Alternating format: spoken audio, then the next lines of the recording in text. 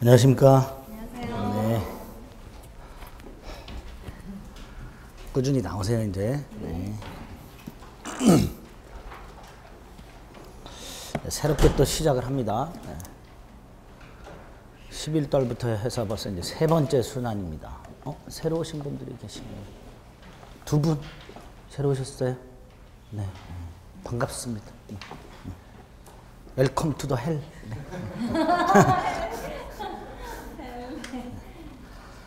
지역의 문에 들어오신 걸 환영합니다. 네. 뭐 겁먹으실 필요는 없고요. 네. 자, 이제 11월 달에 하셨던 분들 두 번째, 세 번째고, 1월 달에 하신 분들 이제 두 번째고, 오늘 하신 분들은 첫 번째인데, 11월 달부터 하신 분들은 이제 이번 순환 듣고 나면 이제 조금 약간 우리가 흔히 얘기하는 왁구, 네, 그게 이제 보입니다. 네. 세부 내용은 몰라도, 이게 어디쯤에 위치하고 있다, 이런 거 정도의 감은 오고요. 그 다음에 이제 민법 강의가 이렇게 낯설지는 않아요. 이제 들을만은 해져요. 다만 이게 점수로 연결되진 않습니다. 이제 두 번째 들으신 분들은 아직까지도 비몽사몽일 거고요. 오늘 오신 분들은 지옥을 경험하게 되십니다. 그러니까 이제 그러려니 하셔야 돼요. 다 그런 과정을 거쳐서 한 3번 정도는 강의를 들으셔야 좀 감이 온다거나 할까요? 그 정도 됩니다. 보통 다른 시험 같은 것들은 같은 강의를 한 3번 정도 들으면 뭐 사람이 이제 좀 약간 자신감이 붙어야 정상인데, 이건 이제 한 3번 정도 들으면 이제 자신감은 안 붙고 약간 좀 강의 들을 때 편안해진다, 뭐 그 정도입니다. 그 정도니까 너무 조급하게 생각하지 마세요. 아직도 시간이 많습니다. 자, 3, 4월 달에는 어떻게 공부를 해야 될까? 이 3, 4월 달 강의가 민법에서는 가장 중요합니다. 이유는 기초적인 것부터 시험장에 갈 때 알고 있어야 될 내용까지를 거의 대부분을 강의하는 게 3, 4월 달이에요. 5, 6월 달은 이 11월 달부터 했던 걸 이렇게 압축해서 정리를 하기 때문에 사실은 무슨 이론적인 설명보다는 정리하는 게 더 많아요. 정리하는 게. 그러니까 5, 6월 달에 오신 분들은 굉장히 버겁습니다. 버거운데 그래도 이제 3월 달에는 이론적인 설명이 조금 들어가니까. 자, 그러면 3, 4월 달 강의는 어떻게 듣고 공부는 어떻게 해야 될까? 일단 마음가짐은 그냥 듣자. 그냥 듣자. 마음가짐은 들어서 내가 뭘 알고자 뭐 이런 욕심은 부리지 마시고, 또 뭐 문제를 풀어서 맞추겠다 뭐 이런 욕심도 부리지 마시고 그냥 듣자. 이걸 일단 기본 목표로 삼습니다. 그래서 강의 빠지지 않고 일단 듣겠다. 이걸 첫 번째 목적으로 삼으세요. 목표로. 빠지시면 안 돼요. 치명적입니다. 빠지시면. 번갈아서 빠지셔 보니까 두 분이서. 이분은 멋있기는 하지. 멀기는 하시지 말이에요. 왜 도대체? 안 멋이잖아. 어떻게 하세요? 딱 그런 것 같아. 느낌은 별로 안 별어. 엎어지면 코 닿을 때 사실 것 같아. 강의하다 보면 이렇게 좀 약간 느낌이 촉이 와요. 촉이. 얼굴이 밝아. 멀지 않은 분들은 얼굴이 밝아요. 일단 강의를 듣고요. 그 다음에 제가 누누이 말씀드렸던 게 복습이에요. 오늘부터 당장 집에 가셔서 제가 누누이 말씀드려요. 복습하는 방법은 다른 거 아니에요. 책 이런 거 보지 마시고 집에 가시자마자 여러분들 다 오늘 강의한 게 오늘 올라가나? 오늘 안 올라가는구나. 아깝네.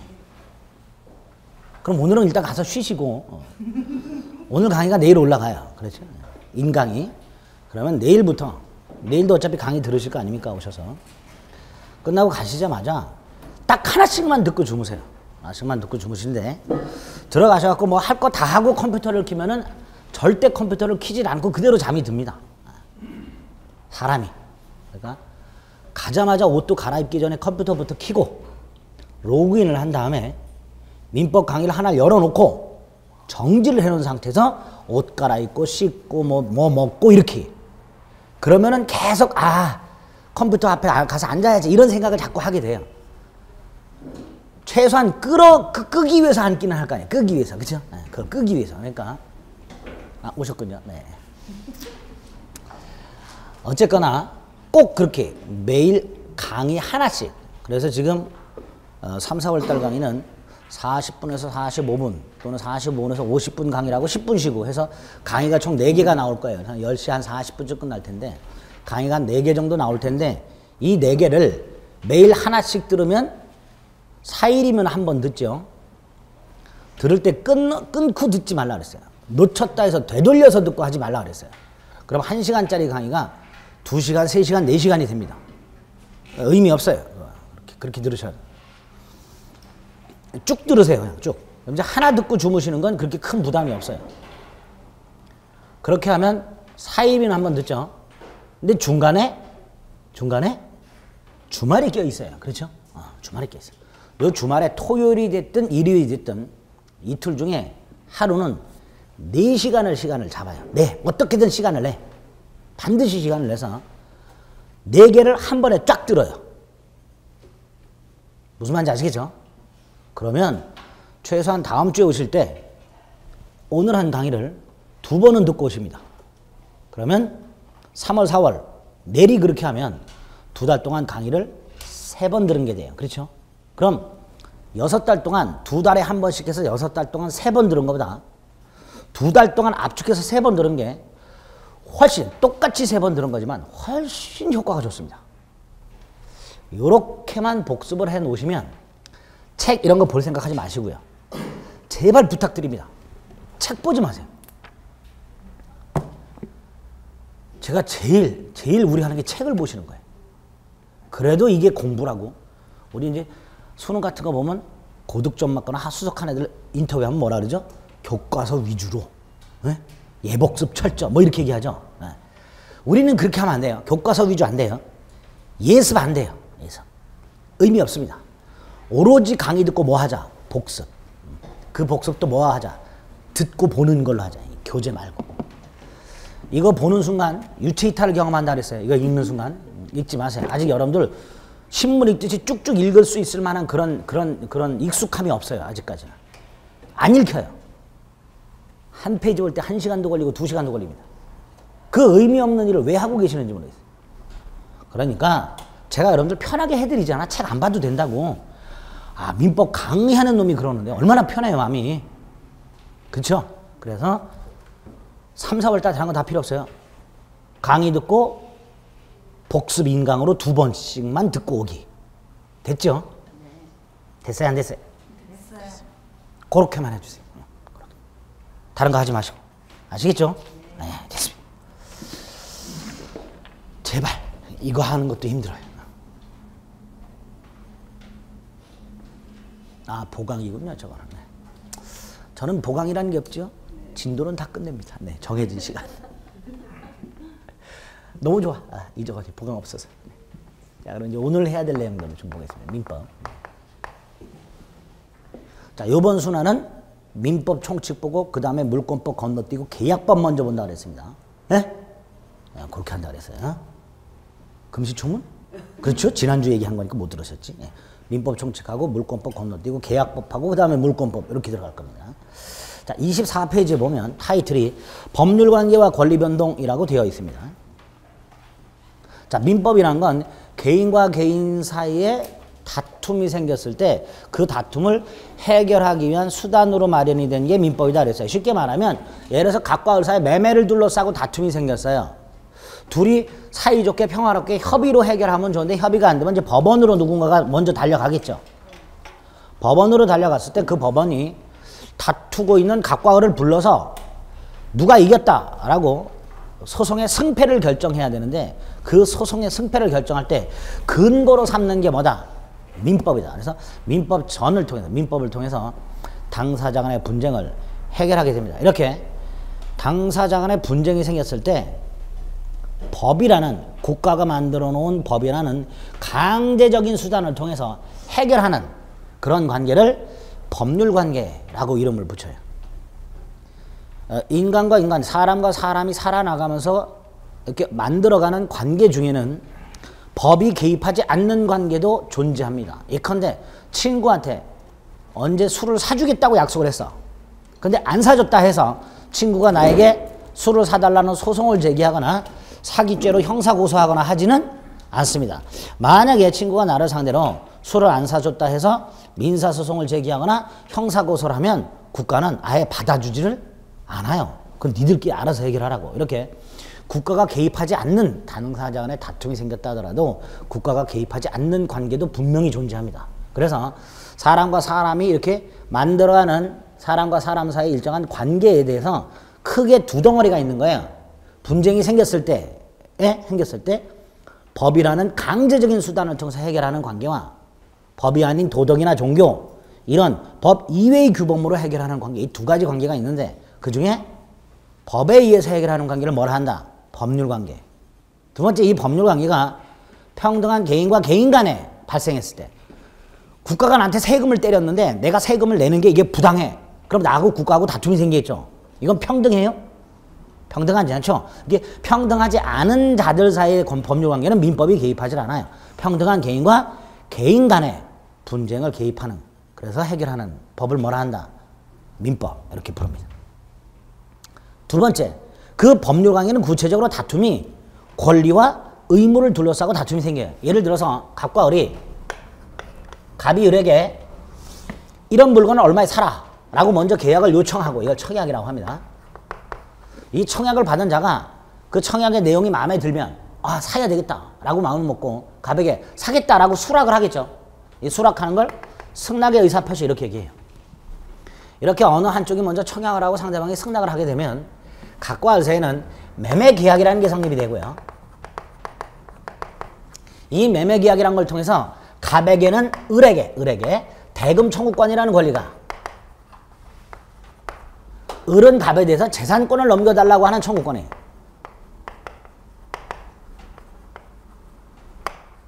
이런 권리가 생기죠. 이런 권리가 생기는데 이게 제대로 이행이 됐다. 정해진 날짜에 을이 대금을 주었고 갑이 을에게 물건을 넘겨줬다. 그럼 다툼이 생겨, 안 생겨? 안 생기죠. 다툼이란 건 을이 정해진 날짜에 대금을 안 줬을 때, 갑이 정해진 날짜에 물건을 안 넘겨줬을 때 생기는 게 다툼이에요. 결국 다툼이란 건 의무자가 의무를 이행하지 않아서 권리자의 권리가 침해되고 있는 이런 상태를 다툼 또는 분쟁이라고 하게 됩니다. 그렇죠? 그럼 아까 것까지 다 묶어가지고 민법이란 건 이렇게 개인과 개인 사이에 권리 의무 관계에 다툼이 생겼을 때 그걸 해결하기 위해서 만들어진 법인데, 그 민법이 요런 구조로 만들어져 있어요. 요런 구조, 지금 보이는 구조, 어떤 구조냐? 요러요러한 구성 요소들이 모여서 요런 걸 완성하게 되면 요거를 원인으로 해서 갑과 을에게 요러요러한 결과가 생긴다. 요런 구조로 되어 있어요.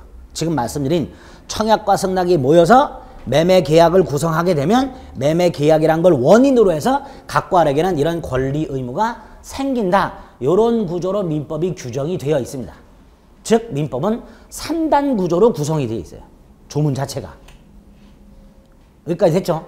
이때 이 구성 요소를 학자들이 이름을 붙여요. 법률 사실이라고. 그리고 요 원인에 해당되는 것을 법률 요건이라고 이름을 붙여요. 그리고 그에 따른 결과, 요거를 법률 효과라고 이름을 붙입니다. 요러요러한 게 모여서 요러요러한 걸 구성하게 되면 요러요러한 결과가 생긴다. 좀 촌스럽죠? 촌스러워. 그러니까 고급지게 얘기하는 거야, 이게. 그렇게 말하지 말고 법률 사실이 모여서 법률 요건을 구성하게 되면 그에 따라서 법률 효과가 나타나는 이런 구조가 민법의 구조다. 이렇게 말씀하시면 돼요. 그리고 우리가 공부해야 되는 것들이 바로 법률 사실이 뭐가 있고 법률 요건에 뭐가 있고 법률 효과가 뭐냐, 이걸 공부하게 되는 겁니다. 이럴 때 이 법률 효과에 해당되는 거, 갑과 을에게 권리가 생겼죠? 권리 발생. 두 번째, 예를 들어서 갑이 을에게 1억에 팔기로 했다. 그럼 갑에게는 1억 대금 청구권이 생겨요. 중간에 중도금을 5천만 원을 받으면 이 대금 청구권은 1억에서 얼마로 바뀌어? 5천으로 바뀌어버리죠. 변경이라고 해요. 다 받고 물건 넘겨주면 권리가 소멸하죠. 요런 과정을 또 거쳐요. 권리는 발생, 변경, 소멸. 이걸 묶어서 변동 이렇게 불러요. 결국 법률 효과라는 것은 요걸 원인으로 해서 권리가 발생, 변경, 소멸하는 과정. 권리, 변동. 이게 법률 효과다. 그래서 타이틀이 법률 관계와 권리 변동 이렇게 되어 있어요. 이거 먼저 하자. 이 권리 변동이 뭐가 있는지. 그래서 타이틀이 법률 관계와 권리 변동이라고 되어 있습니다. 간단히 법률 관계의 뜻은 권리 의무 관계라고 그랬고요. 자, 오른쪽에 보면 권리의 종류라는 게 몇 개 나왔는데 이건 우리 직접적인 시험 범위가 아니고 앞으로 책을 읽기 위해서, 공부하기 위해서, 강의를 듣기 위해서 기초적으로 알아야 될 몇 가지가 있어요. 권리 중에는. 먼저 청구권이라고 누군가에게 뭘 요구하는 거예요. 대금 청구권. 그렇죠? 그러면 청구받은 자는 이걸 이행을 해야 되고 이행을 하지 않으면 청구한 자는 좀 뻘쭘해지죠. 결국 청구권이라는 건 청구받은 자가 청구받은 행위를 해야만 만족을 얻는 이런 권리를 청구권이라고 부릅니다. 물권, 나중에 물권법에서 볼 거예요. 물건에 대한 권리, 소유권 같은 거. 형성권, 자 갑과 을이 계약을 했는데 을이 정해진 날짜에 돈을 안 줘. 갑이 쫄 거예요. 왜 돈 안 주냐? 빨리 달라. 날짜를 정해서 언제까지 달라. 그럼에도 불구하고 만약에 을이 끝끝내 돈을 안 주다. 그럼 갑은 계약을 우리 보통 현실적으로 해제. 들어보셨죠? 계약을 해제하게 될 거예요. 근데 이 계약을 해제하는 경우에는 갑이 계약을 해제하는 경우에는 청구권과는 달리 을의 동의나 승낙이 필요가 없어요. 대금 청구권은 을이 청구받아가지고 대금을 줘야 되는 거야. 그래야 만족을 얻어. 근데 계약을 해제한다 그럴 때는 을이 할 게 없어요. 그냥 갑이 계약을 해제하겠다. 그러면 갑의 일방적 의사에 의해서 계약이 해제돼 버려요. 상대방의 동의나 승낙 따위는 필요가 없습니다. 이런 권리를 청구권과 비교해서 형성권이라고 부릅니다. 상대방의 동의나 승낙이 필요 없는 권리 이렇게 보나요? 다음 페이지 항변권이라고 되어 있는데 항변이란 말은 거절이라고 생각하시면 돼요. 거절. 항변은 다른 말로 뭐라고 생각하시면 된다? 거절. 청구권에 대비되는 개념이야. 이런 경우 생각해 보세요. 갑과 을이 서로 물건을 넘겨주고 돈을 줘야 될 날짜가 됐어. 근데 그 날짜에 갑이 보통 대금을 청구할 때는 물건을 넘겨주면서 돈 내놔 그러겠죠. 예? 근데 갑이 물건을 안 넘겨주면서 돈을 내놔 그래. 그럼 을은 뭐라고 할까요? 네가 물건 넘겨줄 때까지는 나 돈을 못 주겠다라고 거절을 하겠죠. 청구에 대해서 거절을 하게 되는 거예요. 이 거절을 뭐라 한다? 항변. 항변권. 당연히 정당한 이유가 있어야 항변권이 생깁니다. 갑이 물건을 넘겨주는데도 불구하고 을이 돈을 못 주겠다라고 할 수는 없어요. 갑이 물건을 넘겨주는데도 불구하고 돈 못 주겠다 할 수는 없고 물건을 안 넘겨주게 되면 돈 못 주겠다 이렇게 말하게 될 거예요. 이렇게 자신의 의무 이행을 거절하는 권리를 항변권이라고 부릅니다. 개념 정도 이런 거에 있구나. 그 다음에 권리 주체라고 되어 있는데 권리 주체는 다른 말로 권리 능력자라고 불러요. 민법상 대한민국 민법상 권리를 가질 수 있는 자를 권리 능력자 또는 권리 주체라고 합니다. 인이 있어요. 인. 사람 인자 써서 인이 권리 능력자, 권리 주체가 됩니다. 이 인이 둘이 있어요. 자연인하고 법인. 나중에 물권법 가서 다시 한번 말씀드릴 거예요. 어쨌든 우리 민법상 권리 주체는 둘이 있다. 인. 자, 일단 이런 기본적인 개념을 잠깐 생각해보고 그 다음에 이걸 보면 되는 거예요. 아까도 말씀드렸지 민법은 법률 사실, 법률 요건, 법률 효과에 관한 내용이 민법 내용이라고 그랬어요. 그러니까 그 중에서 순서대로 보면 참 좋은데 보통의 교재가 역순으로 다 설명을 해놨습니다. 우리 교재도 마찬가지입니다. 법률 효과가 먼저 나와 있어요. 법률 효과는 다른 말로 권리 변동, 권리 변동. 권리 변동은 세 가지 모습이 있다. 발생, 변경, 소멸. 발생은 다른 말로 권리자가 권리를 취득하는 걸 말하고 소멸은 다른 말로 권리자의 권리가 상실되는 걸 말합니다. 이렇게 세 가지 형태의 모습이 있는데 이걸 학자들이 이렇게 분류를 합니다. 취득에는 원시취득이라는 놈과 승계취득이라는 놈이 있다. 또 승계취득이라는 놈은 이전적 승계라는 놈과 설정적 승계라는 놈이 있다. 이전적 승계는 또다시 특정 승계라는 놈이 있고 포괄 승계라는 놈이 있다. 제가 나눈 게 아니라 학자들이 나눈 거예요. 변경이 일어나는 놈에는 세 가지가 있다. 주체가 변경되는 거, 내용이 변경되는 거, 작용이 변경되는 거. 세 가지가 있다. 내용의 변경도 두 개가 있다. 그 권리에 수량이 변경되는 양적 변경과 성질이 변경되는 질적 변경. 두 가지가 있다. 상실도 두 가지가 있다. 소멸이라 그랬죠. 절대적 소멸과 상대적 소멸. 이렇게 법률 효과인 권리 변동의 모습을 학자들이 이렇게 나누는데 여러분들은 못 나눠도 돼요. 나만 나누면 돼. 저는 강의하기 위해서 나눈 거예요. 여러분들은 이거 머릿속에 넣을 필요 없고 몇 가지 여기에 해당되는 예를 좀 기억하실 필요. 예. 요거 예를 좀 기억하셔야 되고요. 요거 기억하셔야 되고 요거 기억하셔야 되고 요거 기억하셔야 돼요. 예를. 그래서 27페이지에 보면 승계 취득 중에 동그라미 1번 중에 이전적 승계라고 돼 있죠. 네 번째 줄 가면 포괄 승계라고 있어요. 외웁니다. 세 가지. 상속, 포괄 유증, 회사 합병. 외웁니다. 외워요. 상속, 포괄 유증, 회사 합병. 이게 뭔지 몰라도 돼요. 요 세 가지는 포괄 승계의 일종입니다. 과거 시험 문제 이렇게 나온 적 있어요. 상속은 권리의 이전적 승계다. 옳은 지문이죠? 상속은 포괄 승계고 포괄 승계는 이전적 승계니까 결국 상속은 이전적 승계에 해당한다. 옳은 지문입니다. 이렇게 나온 적이 있어요. 그러니까 이전적 승계, 포괄 승계가 있고 포괄 승계, 상속, 포괄 유증, 회사병 세 가지가 있다. 이건 좀 외우실 필요가 있어요. 왜요? 그게 뭔지 몰라도 됩니다. 나중에 자연스럽게 알게 돼요. 그 밑에 보면 설정적 승계라고 돼 있죠. 설정적 승계 옆에다가 제한물권. 설정적 승계 옆에 제한물권. 다 물권법 가서 할 거예요. 지상권, 지역권, 전세권, 저당권 등 제한물권의 설정. 요렇게 머리에 박아두세요. 설정적 승계. 밑에 보면 동그라미 2번에 설정적 승계라고 되어 있죠.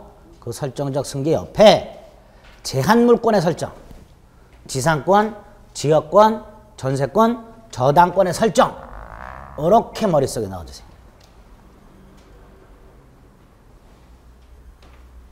외우는 건 나중에 외우고 눈도장을 찍어 두자 말이죠. 한번. 안면을 트는 단계예요. 안면을 트는 단계. 한 장 넘깁니다. 변경이 나왔고요. 양가로 이번에 내용의 변경 중에 동그라미 1번 질적 변경이라고 되어 있습니다. 거기에 보면 첫 번째 물건 인도를 목적으로 하는 채무가 손해배상 채무로 바뀌는 것 이렇게 되어 있어요. 쉽게 생각하자. 내가 누군가로부터 물건을 넘겨달라고 요구할 수 있는 권리가 있었는데 그 물건이 없어졌어. 그럼 상대방은 나한테 물건을 못 넘겨주죠. 그럼 나는 손해배상을 청구할 수 있어. 이렇게 물건을 넘겨달라고 요구하는 권리가 손해배상 청구로 바뀌었을 때 이런 것들이 질적 변경에 이해가 됩니다. 질적 변경에. 더 중요한 게 옆에 있는 물상대위라는 표현이 하나 있어요. 외우셔야 돼요. 저당권 가서 말씀을 드릴 거예요. 물상대위도 질적 변경의 일종이 됩니다. 오른쪽에 보면 작용의 변경이라고 되어 있어요. 메뉴에. 작용의 변경은 효력의 변경이라고도 합니다. 거기에 보면 얘가 이런 게 있죠. 저당권의 순위가 승진하는 경우, 그 다음에 부동산 임차권을 등기함으로써 대항력을 갖는 경우 이렇게 돼 있죠. 자, 이 두 가지도 눈도장을 찍어줍니다. 우리 민법 총칙의 내용들을 보게 되면 특히 예를 들어놓은 것들을 보게 되면 뒤에 물권이나 계약법에서 봐야 될 내용들이 굉장히 많이 들어있어요. 그러니까 지금 이해하려고 그러면 부지하세월이고 체크해뒀다가 나중에 다 보고 나서 다시 오게 되면 그때 이해하는 게 훨씬 수월합니다. 일단은 체크만 좀 해두자. 중요하니까. 그 다음에 절대적 소멸이라는 게 있습니다. 지금 포괄승계, 설정적 승계, 질적 변경, 그 다음에 작용의 변경. 요 예에 해당되는 걸 몇 개 체크했어요. 절대적 소멸은 예를 체크하지 마시고 우리 교재에 그 표현이 있나 모르겠네. 없어. 나중에 물권법 가면 이런 표현이 나와요. 절대적으로 소멸한 권리.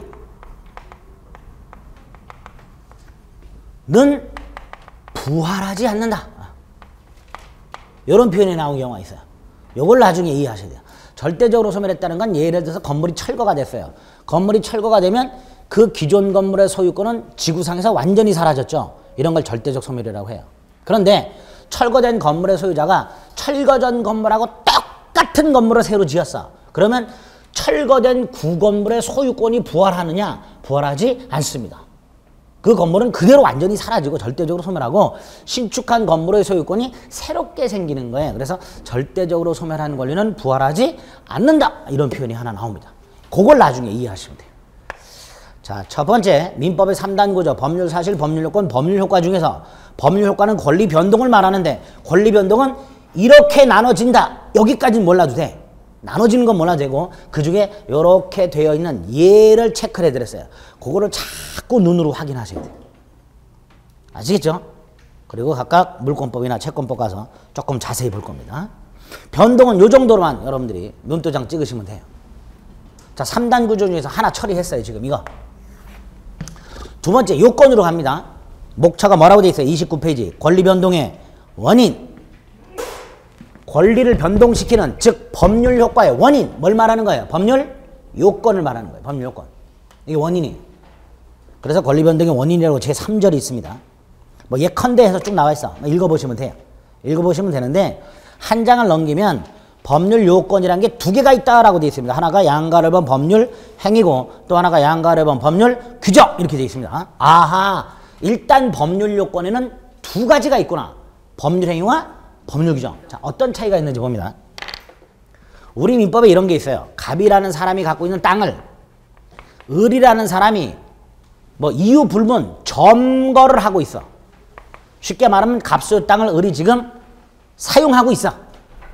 뭐 빌려서 뭐 이런 거 따지지 말고 어떻게 어떤 원인에서 갑소유 땅을 을이 사용하고 있는지는 몰라. 그런데 이렇게 사용하고 있는 상태에서 20년이 지나면 몇 년이 지나면 20년이 지나면 우리 민법 245조 1항에 의해서 을에게는 이전, 등기, 청구권이라는 게 생겨요.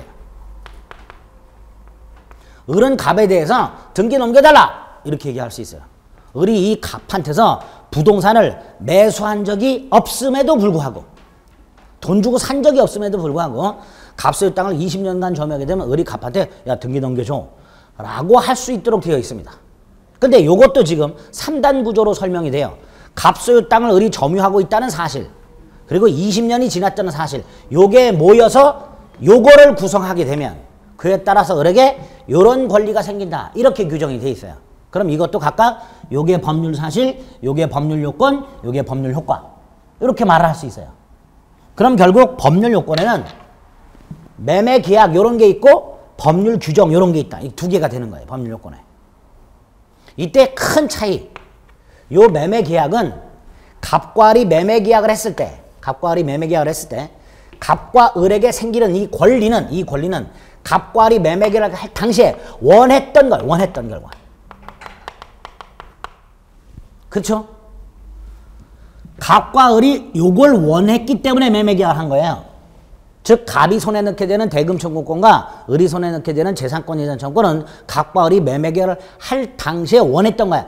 더 쉽게 말하면 이걸 원했기 때문에 이걸 한 거예요. 원한 결과. 이렇게 당사자가 원한 결과가 생길 때 그 당사자의 행위를 법률 행위라고 이름을 붙여요. 사람의 행위 중에서 그 행위자가 원했던 법률 효과가 생길 때 그 사람의 행위를 뭐라 이름 붙인다? 법률 행위. 반면에 요거는요. 을에게 이전 등기 청구권이 생긴다 그랬는데 이 이전 등기 청구권은 을이 원했던 게 아니에요. 갑소유 땅을 점유하고 20년이 지났더니 을도 모르게 법이 을에게 권리를 줘요. 을이 처음부터 이거를 원했기 때문에 이렇게 한 게 아니야. 그럼 결국 이 결과는 위의 것과는 다르게 법률 행위로 생겼다라고 말할 수 없고 법률 규정에 의해서 생긴다 이렇게 말하게 되는 거예요. 그래서 법률 요건에는 크게 행위자가 원했던 법률 효과가 생기는 법률 요건인 법률 행위와 행위자의 의도와는 무관하게 법률 규정에 의해서 법률 효과가 생기는 두 가지 법률 요건이 있다라고 얘기를 하게 됩니다. 법률 요건은 두 개가 있어요. 그 중에 이제 요게 핵심적인 내용입니다. 이건 이제 따로 떼서 뒤에서 봅니다. 법률 행위가. 자, 두 번째 몸통 봤어요. 간단히. 세 번째가 법률 사실이 나오겠죠. 그래서 오른쪽에 보면 타이틀이 법률 사실이 되는 거예요. 법률 사실은 아까 뭐라 했죠?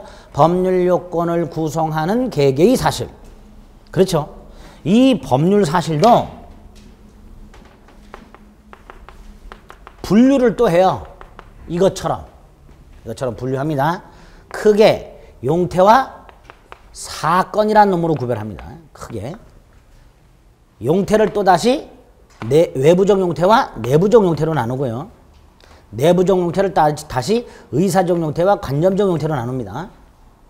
외부적 용태를 적법행위와 위법행위로 나누고요. 위법행위가 채무불이행과 불법행위로 나눠져요. 적법행위는 또다시 의사표시와 준법률행위로 나눠지고요. 준법률행위는 표현행위와 비표현행위라는 놈으로 나눠집니다. 이 비표현행위를 사실행위라고도 불러요. 표현행위가 또다시 세 개가 있어요. 의사의 통지, 관념의 통지, 감정의 표시. 사실행위도 두 개가 있습니다. 순수 사실행위와 혼합 사실행위.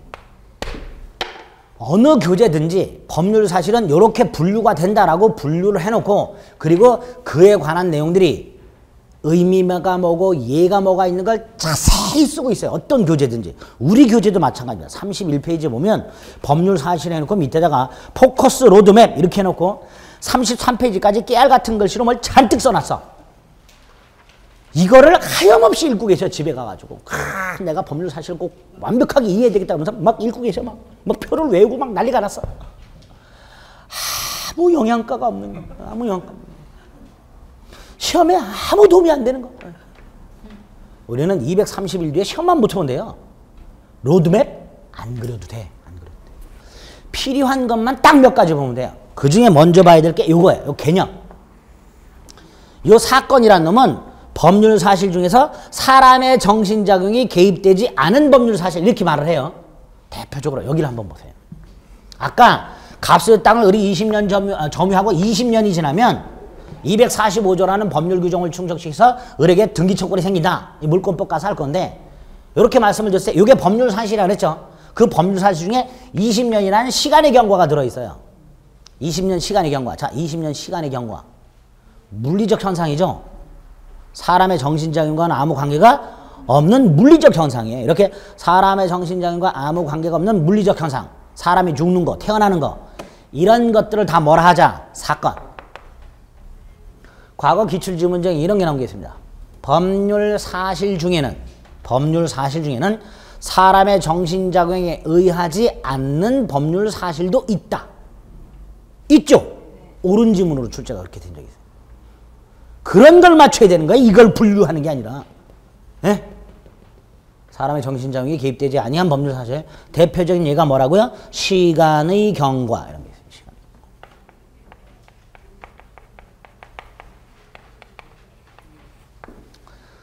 두 번째로 용태 중에서 외부적 용태 중에서 적법행위 요 두 개를 일단 개념을 구별하셔야 돼요. 의사표시라는 놈과 준법률행위. 일단 의사표시는 법률행위의 필수 요소. 의사표시는 뭐의 필수 요소? 법률행위의 필수 요소. 왠지 봅니다. 법률행위라는 건 뒤에서 볼 건데 행위자가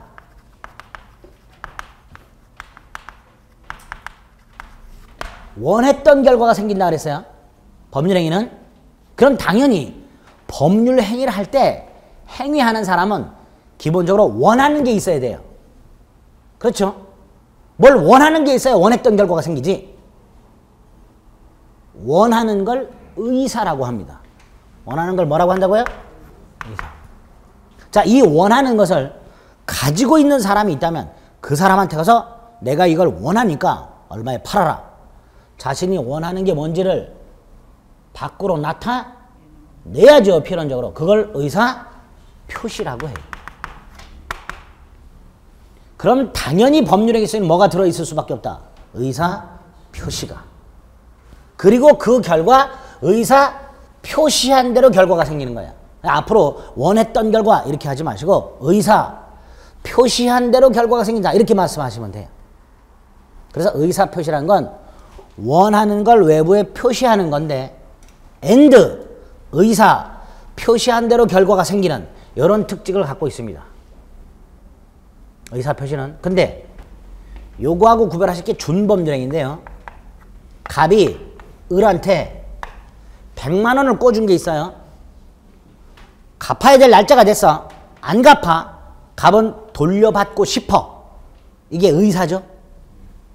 원하는 거죠. 갑인 지금 뭘 원해? 돌려받기를 원해. 그걸 표시하겠죠. 을한테. 뭐라고? 돈 갚아. 갑이 을에게 돈을 갚으라고 말을 했을 때 이 돈 갚으라는 것은 원하는 걸 표시한 거죠. 그럼 이것도 의사 표시여야 되죠. 근데 의사 표시는 원하는 걸 표시한 걸로 끝나는 게 아니고 and 원한 대로 효과가 생겨야 돼요.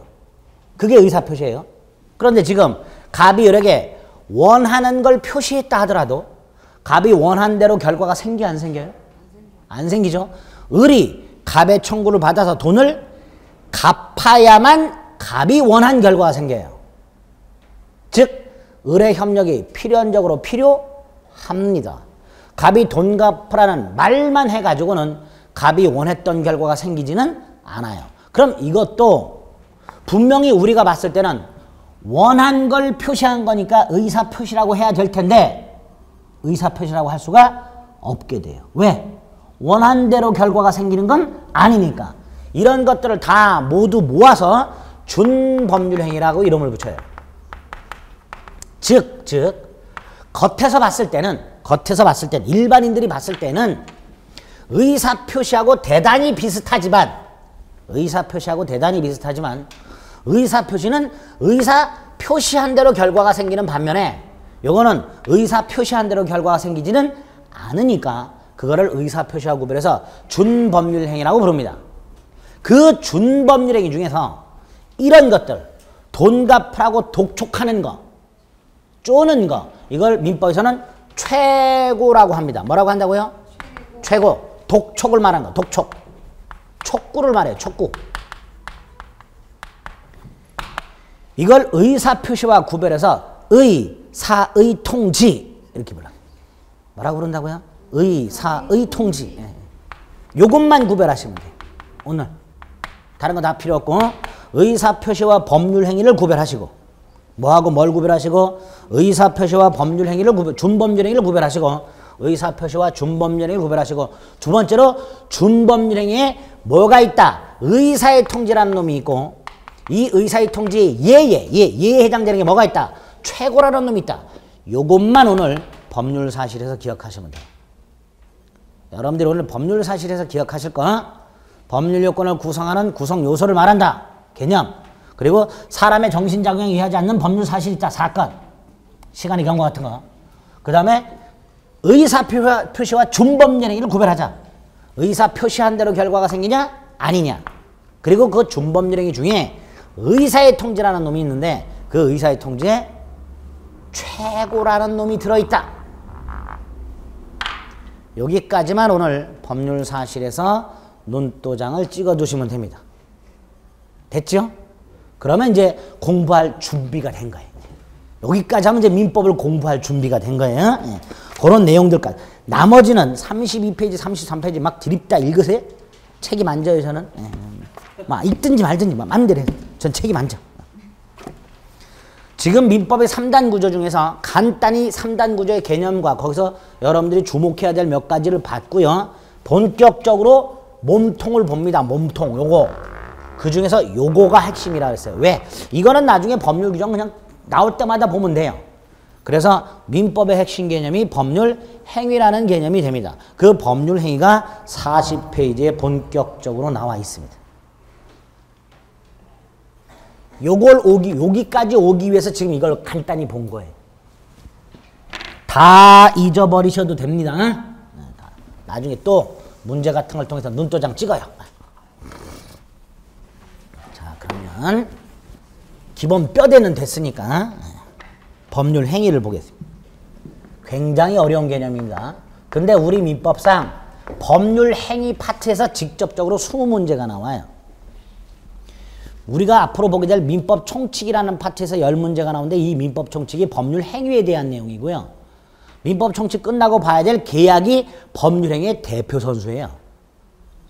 계약이 뭐의 대표 선수라고? 법률 행위의 대표 선수. 민법 총칙 법률 행위 내용이 10문제. 계약이 법률 행위의 대표 선수야. 여기서 10문제. 결국 민법 총칙과 계약을 합쳐서 법률 행위 파트에서 직접적으로 몇 문제가 나오는 거예요? 20문제가 나오는 거예요. 굉장히 중요한 개념이죠. 절반이 여기서 나오는 거예요. 자, 이 법률 행위가 어느 교재든지 이런 내용으로 들어있어요. 의, 특징, 종류, 요건, 해석. 그리고 요 두 개가 핵심적인 내용이 됩니다. 요건과 해석이. 의는 우리가 좀 전에 앞에서 봤어요. 법률 행위가 뭔지. 뭐였어요? 행위자가 원한 대로 법률 효과가 생기는 인간의 행위. 그 안엔 반드시 뭐가 들어있다? 의사 표시. 그리고 이 법률 행위는 법률 사실, 법률 요건, 법률 효과 세 가지 중에서 어디에 해당된다? 법률 요건에 해당된다. 그걸 합치면 법률 행위 뜻이 돼요. 의, 법률 행위가 뭐냐? 그러면 고급지게 끝은 법률 요건이다. 이렇게 끝나면 되고요. 가운데 뭐가 들어있으면 돼? 의사표시라는 놈. 그 다음에 원한 대로 효과가 생긴다. 이런 말이 들어가 있으면 돼요. 그래서 법률행위라는 것은 일정한 법률 효과를 원하는 내심의 의사를 외부에 표시하는 의사표시를 필수 불가결의 요소로 하는 법률 요건을 말한다. 뭐 이렇게 고급지게 말을 해. 근데 우리는 그렇게 고급지게 말할 필요도 없고 법률 해내는 건 뭘로 끝이 난다? 법률 요건으로 끝이 난다 라는 말과 그 안에는 반드시 뭐가 들어있다? 의사 표시라는 놈이 들어있다. 요것만 머릿속으로 일단 생각해 주시면 됩니다. 그리고 이 법률행위의 대표 선수가 뭐가 있다? 계약이라는 게 있습니다. 계약. 근데 이 법률행위하고 좀 전에 봤던 의사표시와의 관계, 이게 가끔 지문에 나와요. 법률행위 특징이라고 해서 이렇게 기억하시면 돼요. 법률행위라는 놈 속에 반드시 뭐가 들어있다? 의사표시가.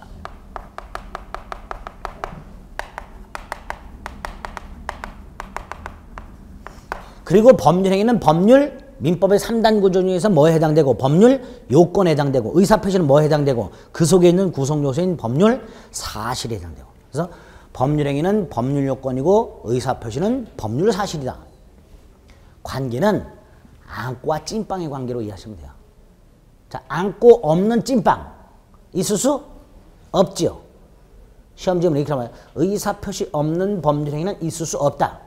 옳은 지문이에요. 두 번째, 찐빵이 안고로만 이루어지나요? 아니죠. 다른 요소도 있죠.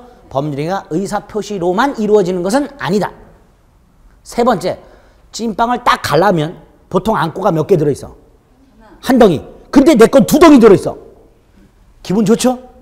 두 덩이 들어있을 수도 있죠. 꼭 찐빵 속에 안고가 하나만 들어있으라는 법이 있어 없어? 없지. 아하, 법률행위가 하나의 의사표시로만 이루어지는 것은 아니다. 두 개 이상의 의사표시도 있을 수 있다.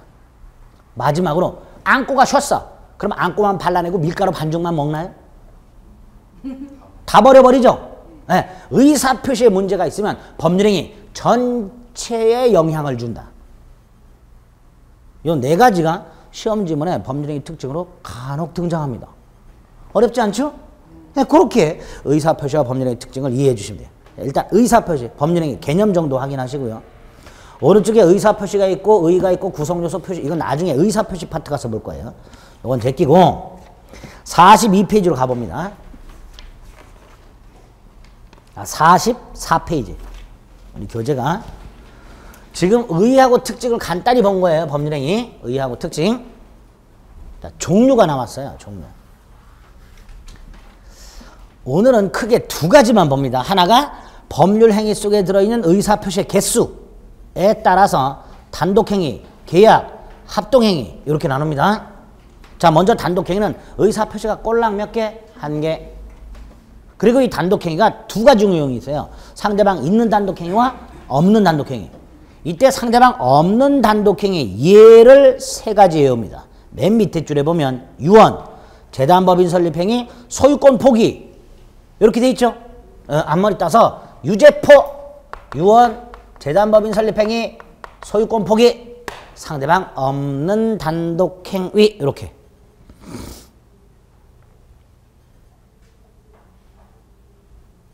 그거 하나 외우시고요. 오른쪽에 보면 위에서 5번째 줄에 단독행위는 원칙적으로 조건이나 기한에 친하지 않은 법률행위다 라는 표현이 있습니다. 찾으셨어요? 네. 단독행위는 조건이나 기한을 원칙적으로 붙일 수 없다 이런 뜻입니다.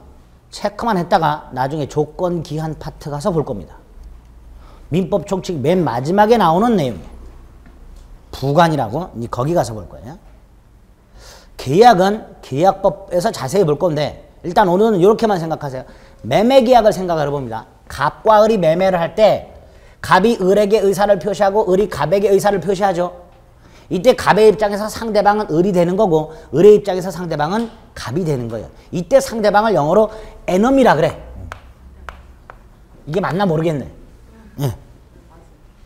번역하면 뭐가 돼요? 적. 이걸 조금 순화시키면 상대방. 결국은 갑의 의사표시는 을을 향해 있고 을의 의사표시는 갑을 향해 있는데 그게 적을 향해 있는 거야. 대립적 의사표시라고 불러요. 뭐라고 한다고요? 대립적 의사표시. 계약이란 청약과 승낙이라는 대립적 의사표시가 합치함으로써 성립하는 법률행위다. 뭐 이렇게 얘기를 해. 나중에 계약법 가서 할 거예요. 합동행위라는 놈이 하나 있어요. 합동행위는 사단법인 설립행위가 대표적인 예인데요. 주식회사 설립 생각하시면 돼요. 주식회사가 우리나라 민법상 전형적인 사단법인입니다. 사단법인. 갑을병이 모여서 주식회사를 설립하고자 할 때 갑을병의 의사표시가 있죠. 이 갑을병의 의사표시는 적이 있어 없어? 적. 갑의 적이 을병이에요? 아니죠. 얘네들의 의사표시는 하나의 동일 목적을 가진 회사를 설립하고자 하는 하나의 방향을 향해 있어요. 그렇죠? 이걸 구심적 의사표시라고 해요. 계약은 대립적 의사표시고 합동행위는 구심적 의사표시. 한 곳의 방향을 향해 있다. 그래서 구심적 의사표시라고 합니다. 결국 합동행위는 에너미가 있어요 없어요? 없지. 상대방이 없어요. 합동행위는 뭐가 없다고요? 상대방이 존재하지 않는다는 이런 특징이 있습니다. 합동행위는. 그걸 머릿속에 있는 합동행위에서는 상대방이 없다라는 걸 머리에 넣으셔야 돼요.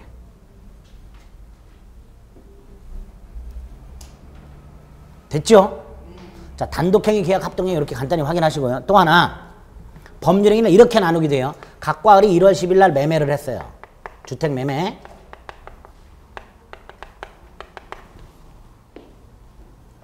그리고 1월 20일 날 갑이 을에게 등기서류 넘겨주고요.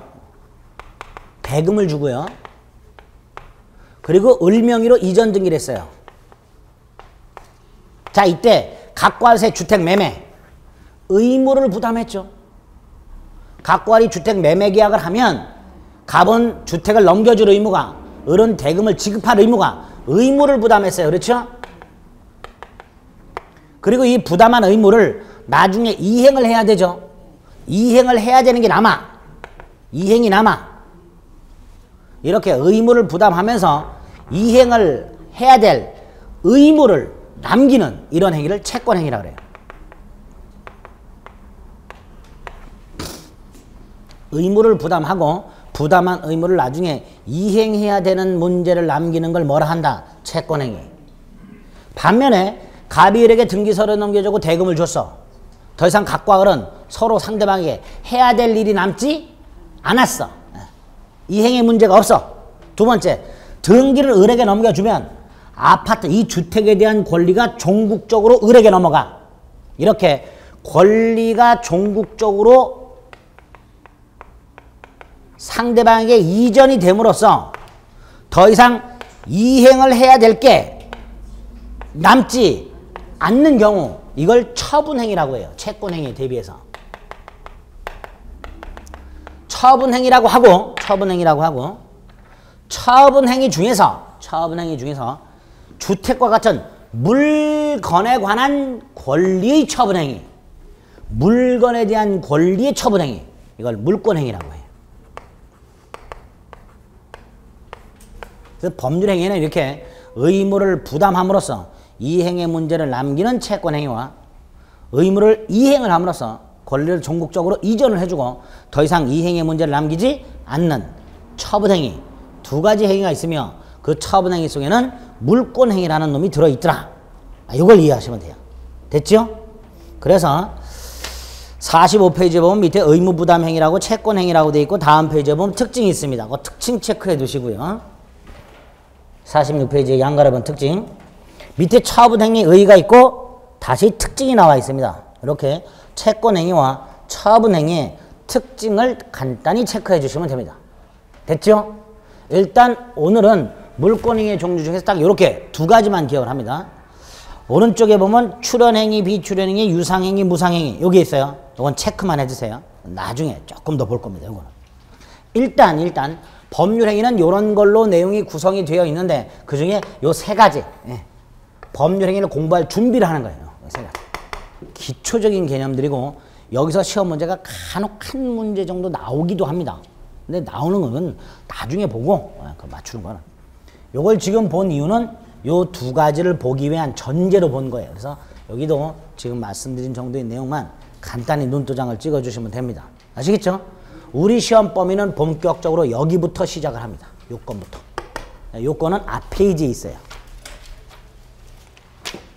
42페이지. 법률의 요건이라고 되어 있죠? 요 요건은 잠시 쉬었다가 보겠습니다. 요건부터는.